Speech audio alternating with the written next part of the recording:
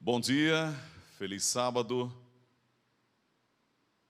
Um ótimo dia para você que acompanha a nossa programação e que Deus esteja no seu lar, você que está acompanhando, você que está na internet. Muito obrigado por este momento, você acompanhar a nossa programação. Hoje, sábado, nós estamos felizes porque, mais uma vez, vamos começar um momento especial de adoração. E você é o nosso convidado a louvar conosco, nos momentos de oração participar também. Você que já teve o seu momento com Deus antes do culto de hoje. E está na hora, então, de nós louvarmos ao Senhor. E para louvarmos ao Senhor, você que está em casa, você pode cantar conosco o hino de número 274 do Inário Adventista, 274, o hino Firme nas Promessas. Quão bom e quão maravilhoso é estarmos firmes nas promessas do Senhor.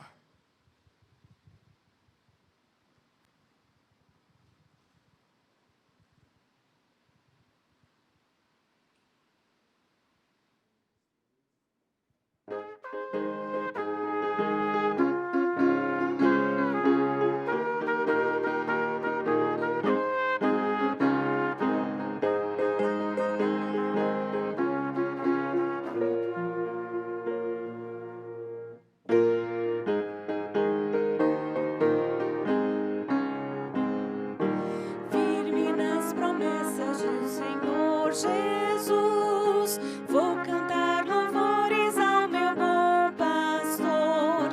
Sempre exaltarei o seu eterno amor. Firme nas promessas de Jesus. Firme, firme, firme nas promessas de Jesus, meu mestre. Firme, firme, sim, firme nas promessas de Jesus. Firme nas promessas, não irei falhar. Vindo as tempestades deste meu lidar, pelo verbo eterno não serei lutar. Firme nas promessas de Jesus.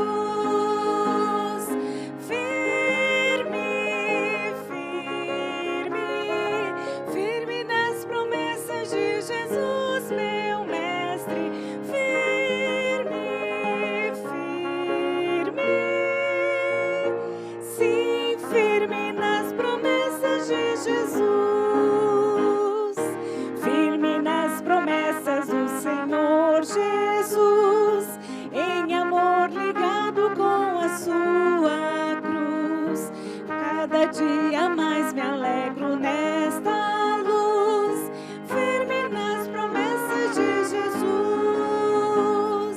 Firme, firme, firme nas promessas de Jesus, meu mestre. Firme, firme, sim, firme nas promessas de Jesus.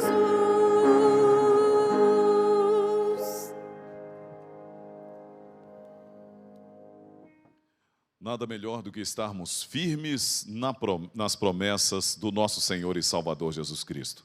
E é por isso que vamos falar com Ele agora. Senhor Deus, muito obrigado, porque neste sábado entregamos em Tuas mãos as nossas vidas.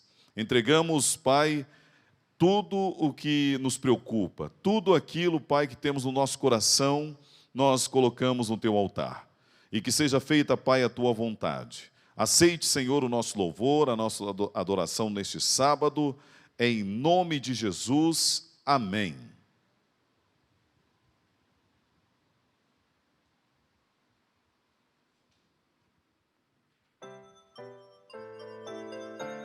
Um bom dia, um bom sábado para cada um de vocês.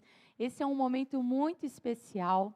Como sempre, todo sábado, nós temos um encontro onde as crianças têm este momentinho reservado especialmente para elas, que é o momento da nossa história infantil. E na nossa história de hoje, você vai rever, para aqueles que não conhecem, e aqueles que Aqueles que não conhecem, né, vai ser novidade. E aqueles que já conhecem vão rever essa história de Daniel e seus 3 amigos. O título da nossa história é Escolha Saudáveis. A mensagem é: sirvo melhor a Deus quando estou com saúde. Imagine que você está com muita fome e é convidado para um banquete. Na mesa, você encontra vinho e carnes impuras que você sabe que não deve comer. O que você faz? Daniel e seus 3 amigos passaram por isso. Vamos ver o que eles fizeram? O exército do rei Nabucodonosor tinha invadido Judá. Todos os rapazes jovens da família real e de outras famílias importantes foram levados para a Babilônia.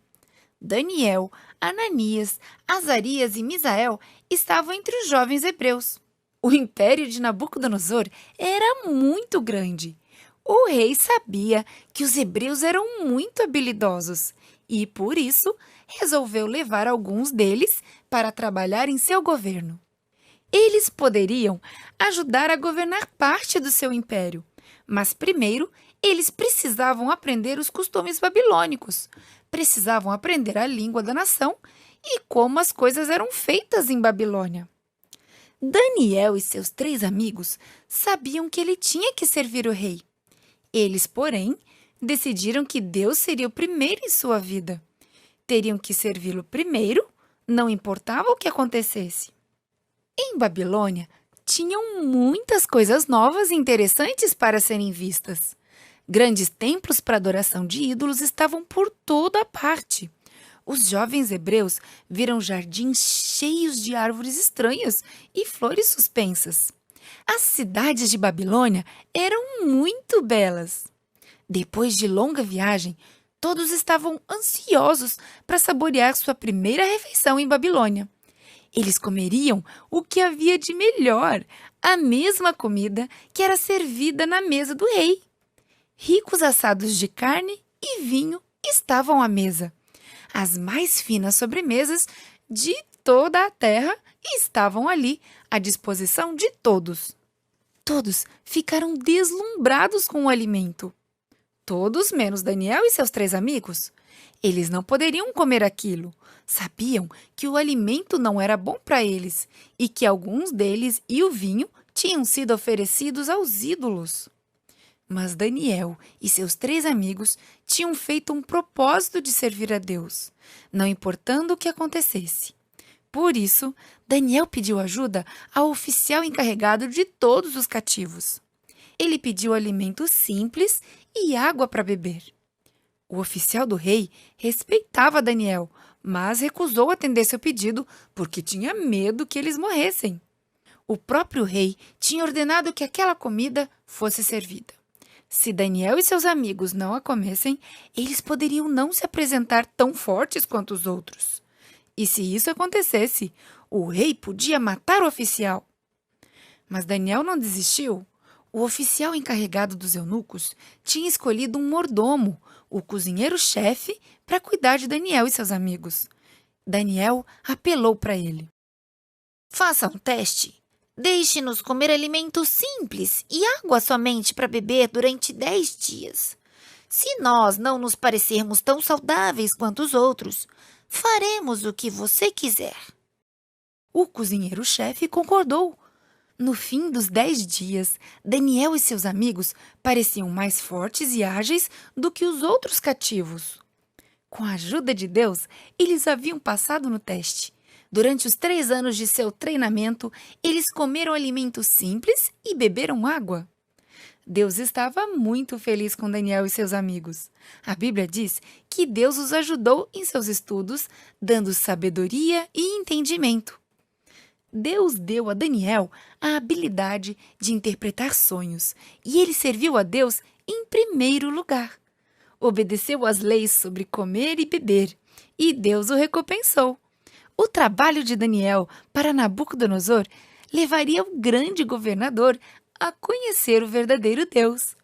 Quando colocamos Deus em primeiro lugar, Ele pode nos usar para mostrar aos outros as grandes coisas que Ele pode fazer. Que bom que Jesus nos ajude a realmente nos mantermos fiéis em cada situação e fazermos sempre boas escolhas. Esse é o momento que nós vamos falar com Jesus.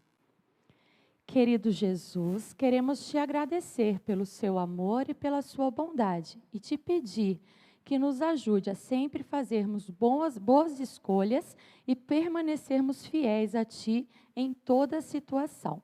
Cuide de cada criança e das suas famílias. Em nome de Jesus, amém.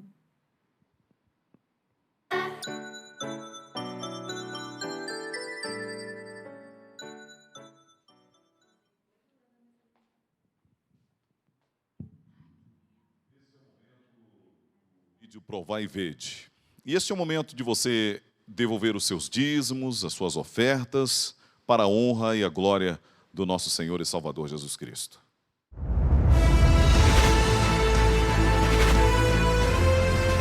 Provai e vede. História de hoje: transferência oportuna. Estamos no município de São Carlos, província de Mendonça, Argentina. O lugar é bem tranquilo. Os habitantes vivem seguros devido a uma boa estrutura policial nas ruas da cidade.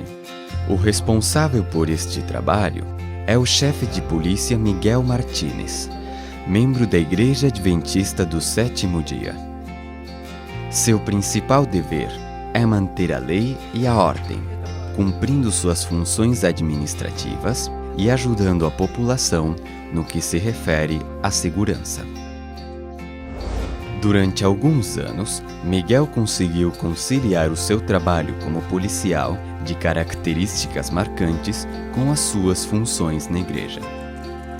Sempre aproveitou a proximidade que ele tem com a população diariamente para falar sobre Jesus. Ao abordar as pessoas, sempre atuou acima da rotina profissional.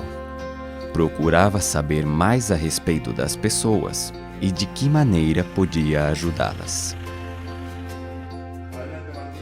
Mas os tempos mudaram e o novo chefe de polícia, que foi nomeado, mandou chamar Miguel para uma conversa. Subcomissário, eu mandei chamá-lo aqui para lhe avisar que agora vamos precisar dos seus serviços no sábado também. Eu sei que o senhor professa a religião adventista, que não trabalha no sábado, mas eu preciso que a partir deste sábado o senhor comece a trabalhar no departamento porque uma ordem administrativa interna foi feita pela liderança. E eu preciso que nos sábados o senhor esteja trabalhando aqui. Mas, chefe, lembra que eu falei na minha primeira entrevista que eu precisava somente de uma coisa? Que o senhor, por favor, me liberasse aos sábados, o sétimo dia, conforme diz o mandamento. Preste atenção, eu não entendo muito de religião, mas pelo pouco que eu sei, Jesus também trabalhava no sábado, fazia milagres, curava. E por que o senhor não pode trabalhar no sábado? Olha, chefe, perdão. Eu respeito a sua decisão e o que o senhor está me dizendo, mas eu preciso pensar e depois lhe aviso. O momento era decisivo para Miguel. Sua fé estava sendo colocada diante de uma grande prova. A decisão que deveria tomar afetaria não só a sua vida, mas também a vida da sua família, esposa e filho pequeno. Independente do que podia acontecer, Miguel tomou sua decisão. Já decidiu? Amanhã vamos à igreja. Aquela noite, sua família se reuniu perante o altar do Senhor, lugar onde diariamente faziam os cultos familiares, agradecendo a Deus pela vida e entregando em suas mãos todas as dificuldades que estavam passando. Na manhã seguinte, antes de sair para a igreja, o telefone de Miguel tocou novamente. Alô? Sim. Ok. Obrigado. Tchau, tchau. O que aconteceu? Não me diga que o teu chefe quer que você vá trabalhar hoje. Não, meu bem.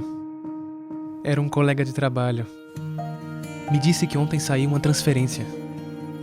Meu chefe já não é o delegado de polícia daqui. Verdade? É possível que muitas pessoas estejam vivendo a mesma situação de Miguel Martínez. Neste caso, o melhor que podemos fazer é ouvir o conselho bíblico que se encontra em Salmos 56:3. No dia em que eu temer, hei de confiar em ti. Que linda experiência do nosso irmão Miguel, na cidade de São Carlos, província de Mendonça, na Argentina. Irmãos e amigos, agora chegou a hora de participar de um momento especial de adoração através dos dízimos e das ofertas. Deus os abençoe. Provai e vede. O momento especial dos dízimos e das ofertas. Hoje a igreja estará aberta das 2 até às 6 da tarde. 2 às 6 da tarde nós estaremos aqui para que você também traga o seu dízimo e a sua oferta aqui na Igreja Adventista do Sétimo Dia do Vista Alegre. Neste momento nós vamos ouvir um louvor especial para a honra e a glória do nosso maravilhoso Deus.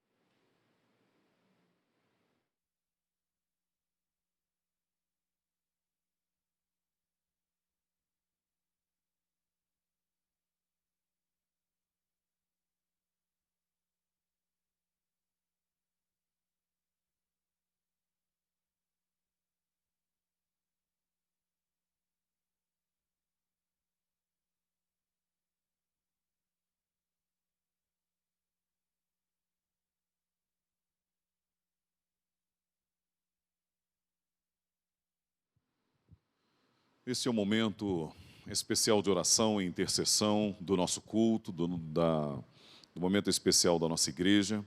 Você que está em casa, você que acompanha este momento, se você pudesse se ajoelhar, você é o nosso convidado especial. E você que não pode, participe mesmo assim deste momento especial de oração e intercessão. De repente, hoje você tem um pedido para fazer para Deus, você está intercedendo por alguém, pelo livro de oração da sua casa, da sua família. Nós estaremos neste momento intercedendo ao nosso Deus. Se você pudesse ajoelhar, tudo bem. Se não, nós aqui estaremos nos ajoelhando. Senhor nosso Deus, muito obrigado, porque o Senhor está ouvindo e atendendo as nossas orações. Pai, segundo o Salmo 44, quem decreta a vitória ao teu povo, quem decreta a vitória a Jacó, é o próprio Senhor dos Exércitos, é o Senhor Jesus. Decreta, Senhor, esta vitória na vida dos teus filhos. E agora, Senhor, nós estaremos ouvindo a tua palavra. O pastor Leander estará aqui nesta noite, nesse sábado, nesta manhã, falando do teu amor, abrindo a tua palavra para as pessoas que estão acompanhando a nossa programação. Que o Senhor faça a obra, ilumine as nossas mentes, nos dê discernimento, Senhor, para entender a tua vontade para as nossas vidas. É assim, Senhor, que oramos, em nome de Jesus. Amém.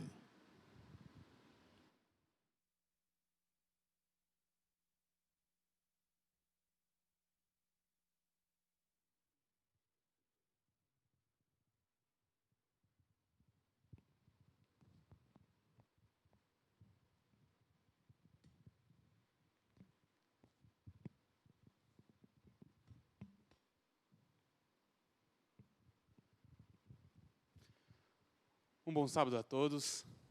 É um prazer estar aqui em frente às câmeras pela primeira vez nessa experiência nova junto à Igreja do Vista Alegre. Esses programas virtuais que nós estamos fazendo tem sido uma bênção. Estamos extremamente felizes de ter a sua audiência aí através do YouTube e esperamos, sinceramente, que você esteja bem. Que a situação esteja tudo bem com a sua família, com você, com as pessoas com quem você se importa. Mas caso não esteja, saiba que estamos orando por ti, oramos por você, por sua família. E saiba também que aqui dentro desta igreja, dentro desse distrito, vocês têm uma família com quem vocês podem contar no momento que precisar. Assim como Cristo fez, estamos aqui à disposição para lhe ajudar no que for preciso, seguindo a ordem do nosso Mestre.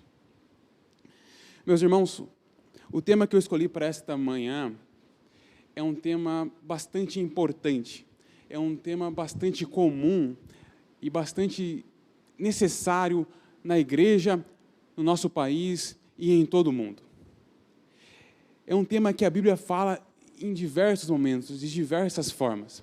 E é um tema tão importante, que no Novo Testamento, todas as cartas que foram endereçadas a igrejas, como Colossenses, Filipenses e a carta aos Hebreus, todas elas apresentam esse tema, com exceção de 2 Pedro, mas é um tema que aparece em todo o Novo Testamento. É um tema muito importante para as nossas vidas. A Bíblia é interessante que, em diversos momentos, ela vem falando sobre esse tema, tanto no Antigo como no Novo Testamento. Mas o Novo Testamento é onde ela é mais elaborada, onde ela é mais enfática. E dos diversos textos eu escolhi para nós, nesta manhã, o texto de Efésios 4. Efésios 4, do versículo 1 até o versículo 6. Mas antes de lermos a palavra de Deus, vamos para uma palavra de oração. Senhor, nosso Deus, nosso Pai, Criador dos céus e da terra, neste momento a sua palavra está aberta e nós imploramos, Pai, pela sua presença entre nós, aqui na igreja, nos lares, ou seja, onde for que essa mensagem está sendo observada, que o Senhor esteja conosco em qualquer tipo de situação. Que a sua palavra hoje não saia vazia e que nós possamos ser preenchidos pelos seus conselhos e pelas coisas que o Senhor quer que nós façamos para a nossa felicidade e para o nosso bem. Por favor, Pai, não permita que nenhuma palavra minha saia hoje da minha boca, mas que venham as palavras do céu. É isso que eu peço e agradeço. Em nome do seu Filho amado Jesus. Amém. E o texto de Efésios diz o seguinte: a partir do versículo 1. Rogo-vos, pois, eu, o prisioneiro no Senhor, que andeis de modo digno da vocação a que fosse chamados, com toda a humildade e mansidão, com longanimidade, suportando-vos uns aos outros, esforçando-vos diligentemente por preservar a unidade do Espírito no vínculo da paz.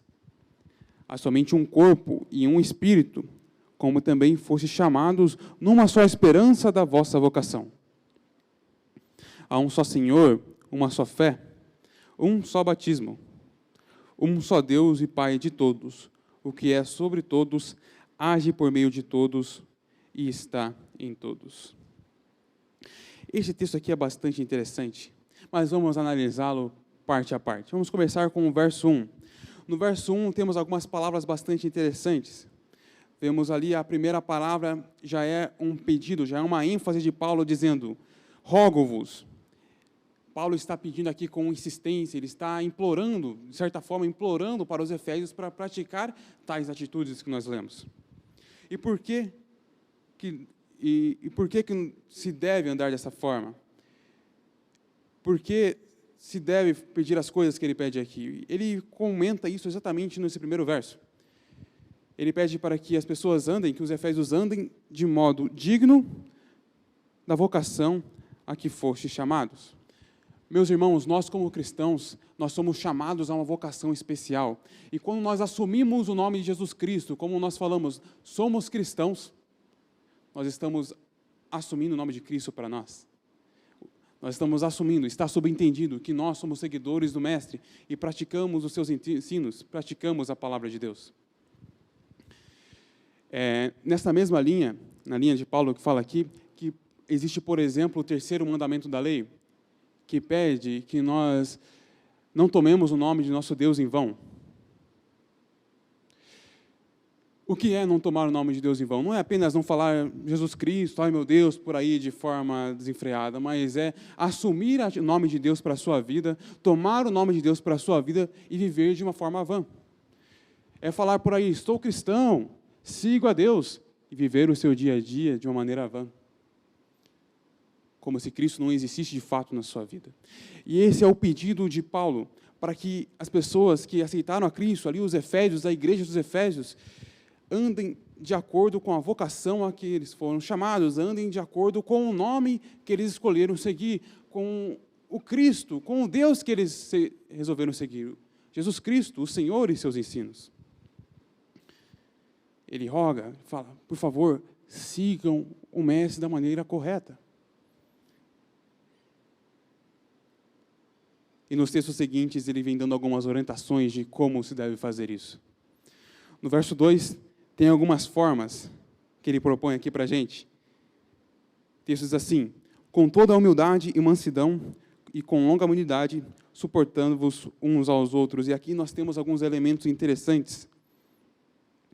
O primeiro é justamente a humildade.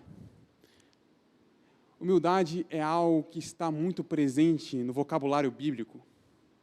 O Novo Testamento, por diversas formas, por diversas vezes, fala que nós devemos ser humildes. Você com certeza tem algum verso que você lembra que fala sobre humildade. O livro de Provérbios, por exemplo, é um livro que está cheio de conselhos sobre como nós devemos ser humildes e como a humildade é algo que leva a coisas dignas, leva à honra, enquanto a soberba leva à ruína. Portanto, a humildade deve ser algo praticado e incentivado em nossas igrejas, em nossa família e em todos os meios no qual nós nos colocamos. Humildade tem alguns aspectos que devem ser feitos, que devem ser praticados. Quando pensamos em humildade, em primeiro lugar, nós devemos ser humildes perante Deus, reconhecendo que nós não podemos nada, nós não somos capazes de coisa alguma, nós não conseguimos nos salvar por nós mesmos, nós somos pecadores miseráveis que merecem a morte, mas em Cristo, em Deus, nós temos a suficiência. Por isso, meus irmãos, sejamos humildes perante Deus, reconhecendo que é Ele, não nós. É dele, não de nós, que vem a força para vencer. Reconhecermos que nós somos pecadores, que nós somos falhos e que sozinhos nós não conseguimos. essa humildade perante Deus, ela vai acarretar em outro tipo de humildade também, que é a humildade nos nossos relacionamentos dentro da igreja, na nossa família e em todos os lugares em que nós nos colocamos. Quando nós reconhecemos perante Deus que nós não somos nada, que nós não somos pó, que nós somos pecadores, e reconhecemos que os nossos irmãos são exatamente como nós, pecadores, falhos, a humildade é uma consequência. Reconhecer que todos somos iguais, que ninguém é melhor do que ninguém. Por isso, meus irmãos, na nossa comunidade, quando voltarmos a nos reunir, na nossa família, no dia a dia, vamos praticar a humildade. Vamos praticar esse ensino de Cristo. Cristo pede para que nós consideremos os outros como iguais. E Paulo, em um determinado momento, ele até faz uma provocação a mais. Ele diz, considerem uns aos outros superiores a si mesmos. É uma orientação que nós temos que seguir. É uma orientação que Paulo coloca para nós. E que Deus nos dê a força para cumprir esse mandamento tão precioso. Outro texto muito interessante que aparece, outro elemento muito importante que aparece aqui nesse verso 2 é a mansidão. A Bíblia também fala sobre a mansidão em vários pontos.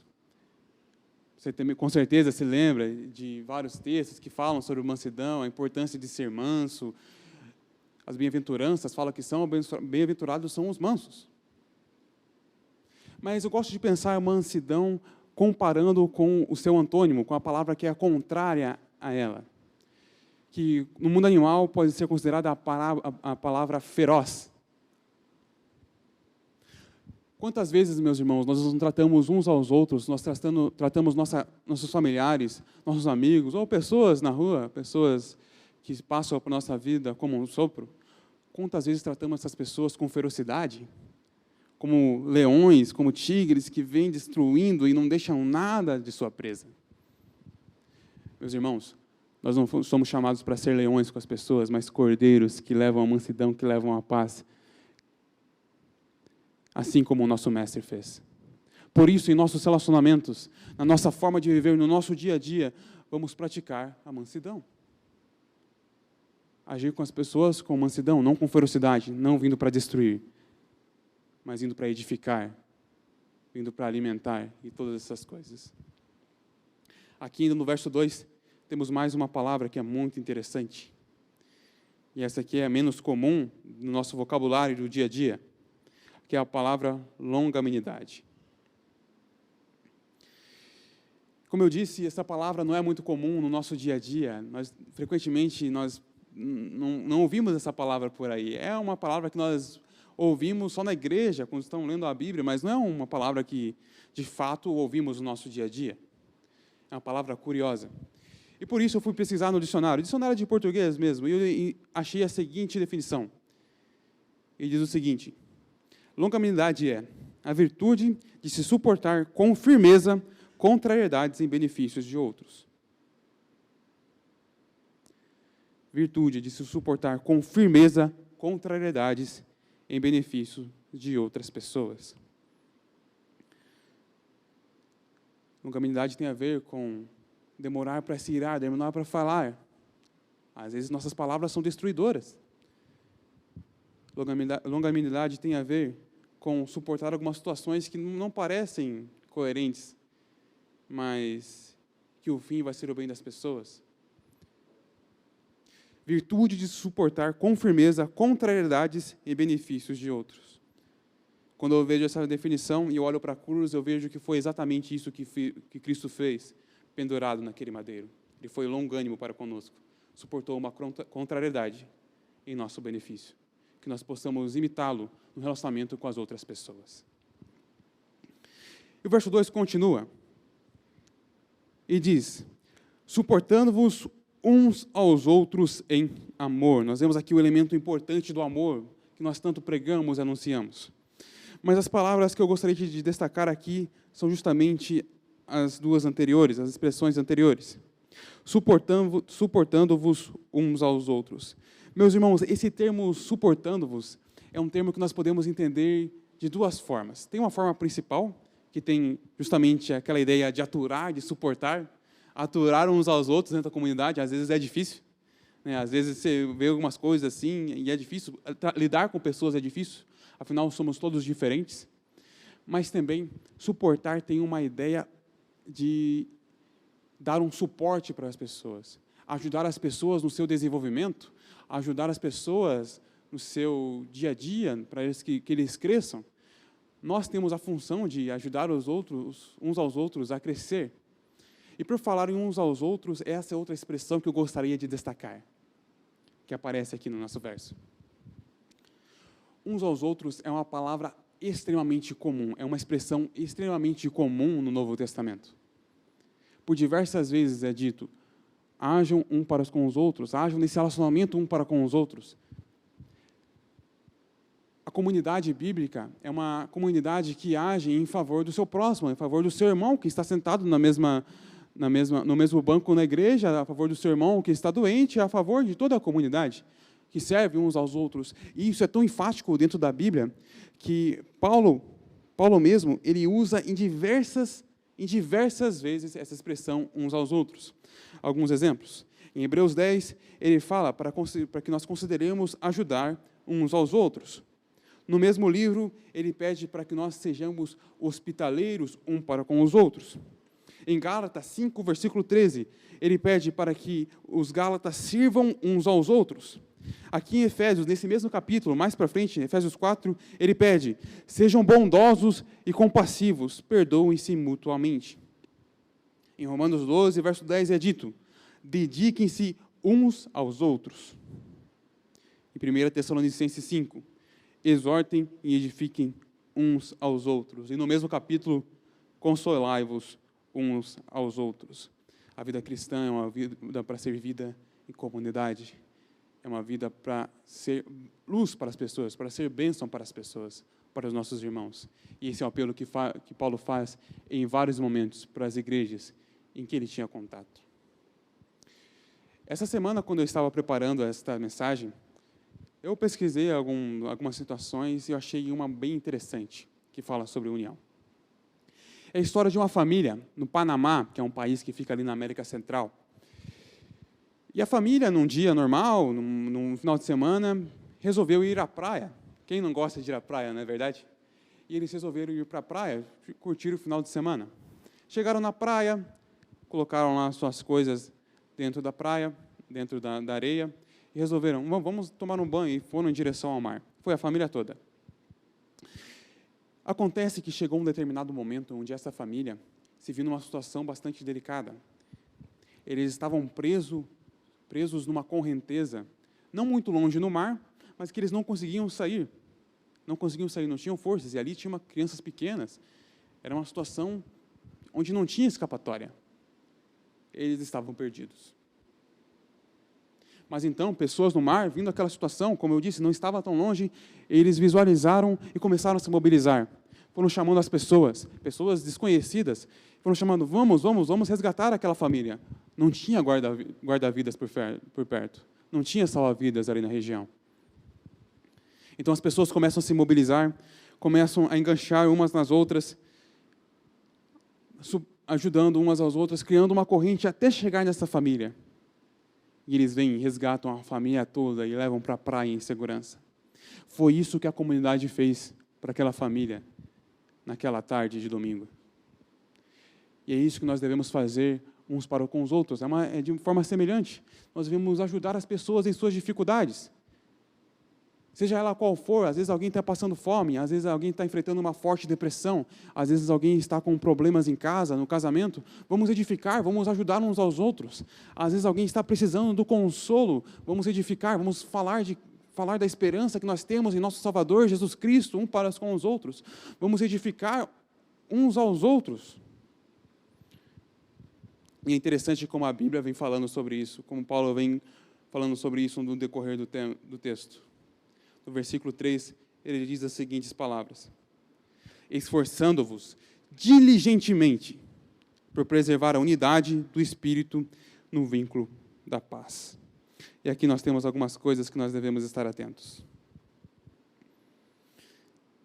É dito, esforçando-vos diligentemente por preservar a unidade. Meus irmãos, preservar a unidade não é fácil, nem um pouco. Afinal, nós estamos tratando de pessoas diferentes, pessoas com educações diferentes, com mentalidades diferentes, com idades diferentes.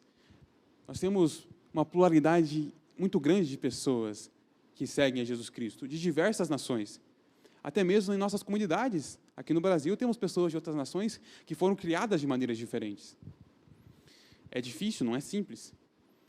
Mas o pedido de Paulo e o pedido de Cristo é que nós nos esforcemos diligentemente, ou seja, com todo o empenho, com toda a força, para preservar essa unidade. Isso é muito importante. Isso nos ajuda a dar forças para a nossa caminhada. Por isso, nós devemos nos esforçar diligentemente para preservar a unidade. E não só a unidade, como é dito aqui, mas também o vínculo da paz. E paz é uma palavra muito interessante nos dias que vivemos. Por muitas vezes, esquecemos da paz na nossa comunidade e mesmo na nossa igreja. E a falta de paz dentro da igreja é um perigo enorme. Meus irmãos, nós não estamos na igreja para lutar guerras civis. Nós vimos a igreja, nós participamos da comunidade de Jesus Cristo, porque nós queremos lutar a guerra infinita, não as guerras civis do dia a dia. As guerras civis que nos dividem, as guerras civis que tiram a nossa capacidade, o nosso poder da comunidade de pregar para as outras pessoas. Por isso, meus irmãos, vamos evitar cada vez mais as guerras civis dentro da nossa igreja, as guerras uns para com os outros, e vamos nos esforçar, vamos juntar as forças, vamos juntar o nosso exército de Jesus Cristo para lutar a guerra infinita do grande conflito. Que nós já sabemos que Cristo já venceu, mas Ele nos chama, vamos batalhar, vamos todos juntos, porque ainda existem muitas pessoas que estão destruídas pelo pecado, que estão necessitadas do Salvador, que ainda estão afundadas na sua vida em diversos pecados, que precisam ouvir a palavra de Jesus Cristo. E eu e você, meus irmãos, nós somos instrumentos para isso. E para isso nós devemos estar unidos, preservando a paz, não guerras civis. Essa não é a nossa guerra. Nossa guerra é a guerra de pregar o Evangelho a todas as nações. É a batalha do grande conflito, a qual nós somos cooperadores de Jesus Cristo. E falando em Cristo, falando em Deus, os próximos versos falam um pouco sobre qual é o nosso foco para a unidade.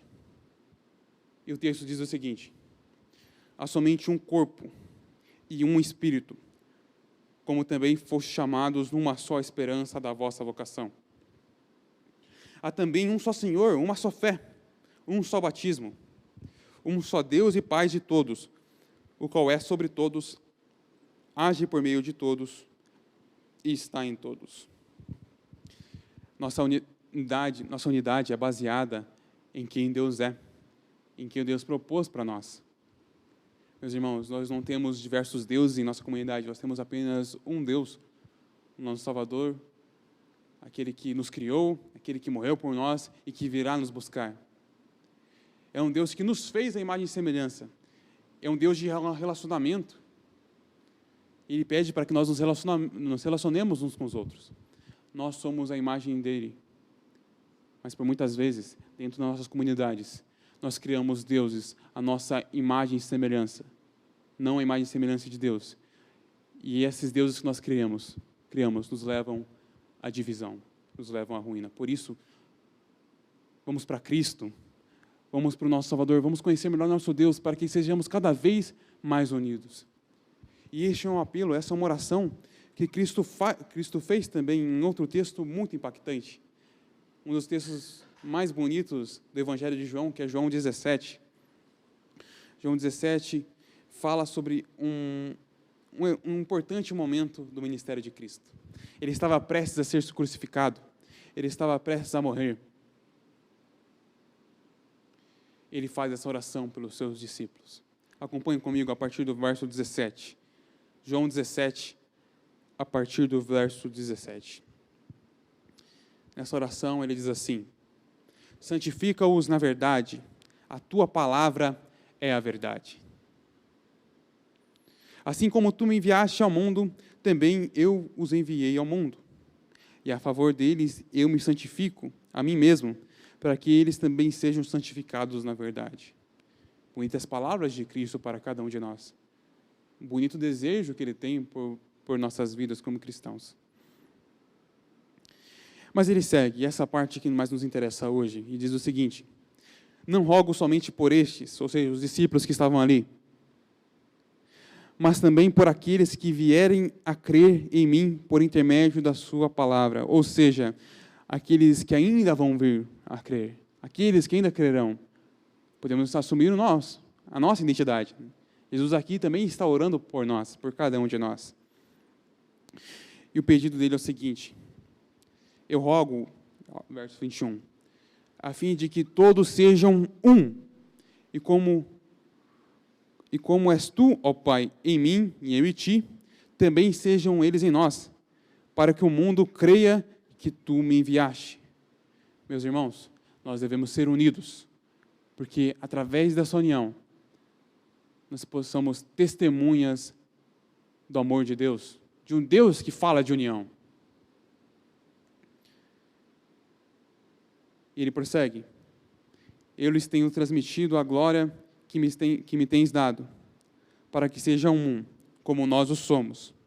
Meus irmãos, nós devemos ser um, porque Deus, junto com Deus o Filho, Deus o Pai e o Deus Espírito Santo, eles são um, eles preservam a unidade, eles zelam pela unidade.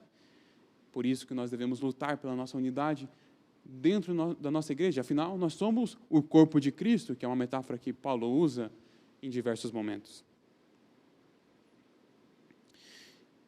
E ele continua no verso 23, dizendo: eu neles e tu em mim, a fim de que sejamos aperfeiçoados na unidade, para que o mundo conheça que tu me enviaste e os amaste, como também amaste a mim. De novo, Cristo roga para que seus discípulos sejam cada vez mais unidos, sejam cada vez mais juntos, sejam cada vez mais empenhados em comunidade para lutar a guerra do grande conflito contra o mal e levar Jesus Cristo a todas as nações, porque esta foi a missão confiada à igreja.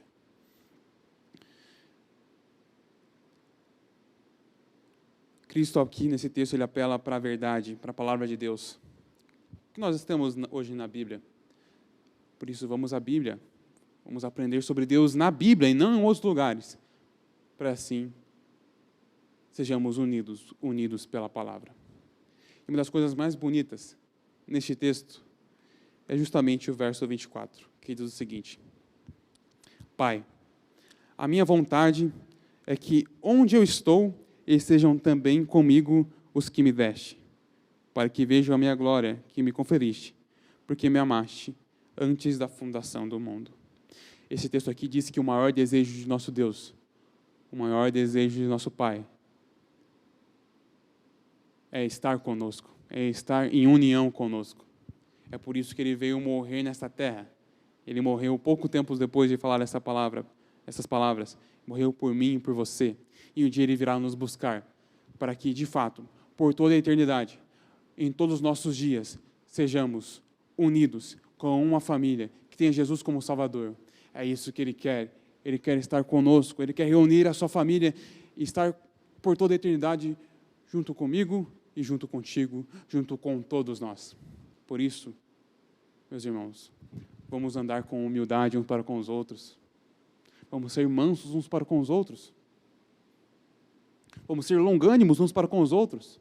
Vamos suportar uns aos outros e preservar e lutar pela unidade que Cristo nos proporciona.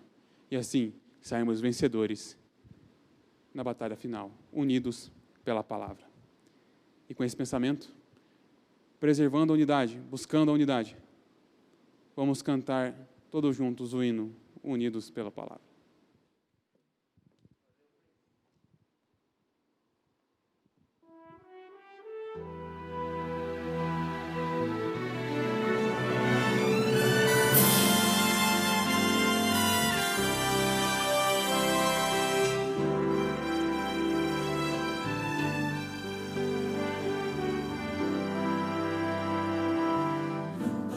Para os pés,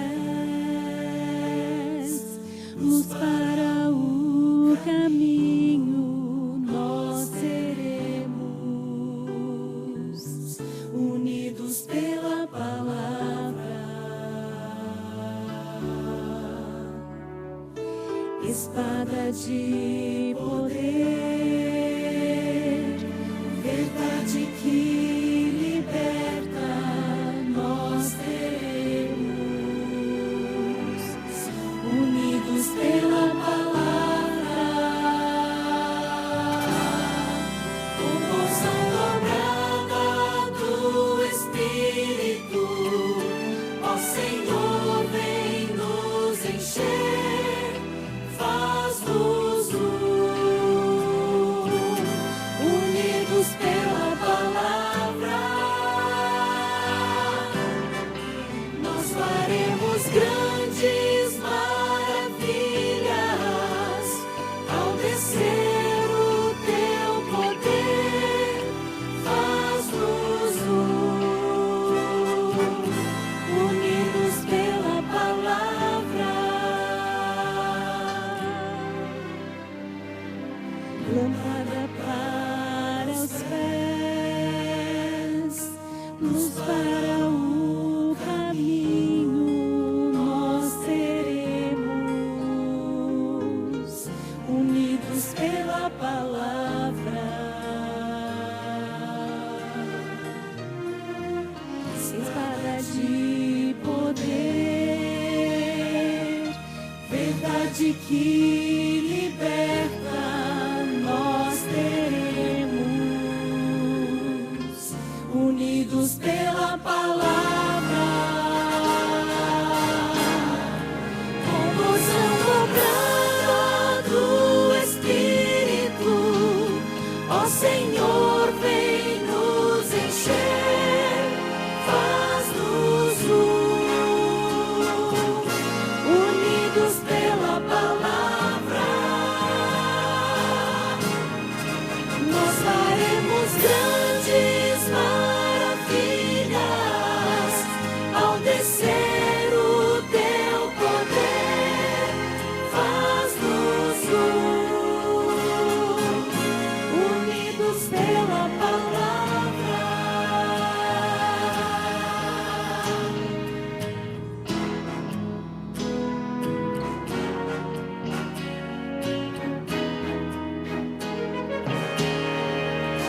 Com porção dobrada do Espírito, ó Senhor, vem nos encher, faz-nos unidos pela palavra, nós faremos grandes maravilhas ao descer o teu poder, faz-nos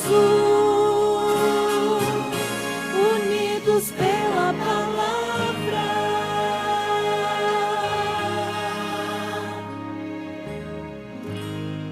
Amém.